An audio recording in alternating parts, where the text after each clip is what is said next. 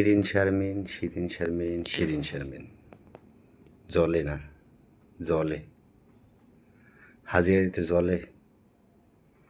যখন তোমাদের আমলে বিএনপি নেতাকর্মীদের যেভাবে অ্যারেস্ট করছো, পার্টি অফিস থেকে অ্যারেস্ট করছো, মির্জা ফখরুল আলমগীর সাহেব, আব্বাস সাহেবকে জেলে দিছো, রিজভী সাহেবকে জেলে দিছো, নারায়ণগঞ্জ যুবদল নেতাদেরকে যেভাবে জেলে দিছো, তখন তারাও ঠিক এইভাবে কষ্ট করছে।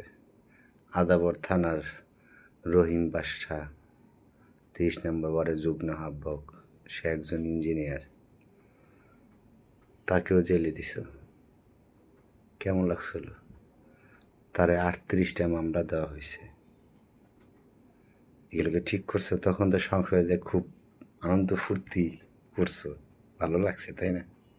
এখন তো একটু জল তৈব। আওয়ামী লীগের নেতাকর্মী বলতেছি, এখন জলে কেন? আর ঠিক এভাবে আমাদের জ্বলছে। ঘরে থাকতে দাও না, বউ বাচ্চাদেরকে কাছে রাখতে দাও না, বহু দূর এসো, এখন তো দৌড়াও না। আমাকে কম দৌড় দিছ, জ্বলছি তখন, এখন তোমরা একটু জ্বলো। তোমাকে তো জলে কে, পড়ে কে? হ্যাঁ, বিএনপিতে বাস দিবা না? এখন তোমরা একটু বাসলো, 17 বছর তো বাস দিয়েছো বিএনপিরে, এখন তোমরা একটু বাসলো, তোমাকে আবার তো জলে কে? যদি জলে, শস্য তেলের দাম একটু বেশি, সয়াবিনের তেলের দাম একটু কম, বাঁশের আগায় মাইকা জায়গা মতন বড়, মজা লাগবো।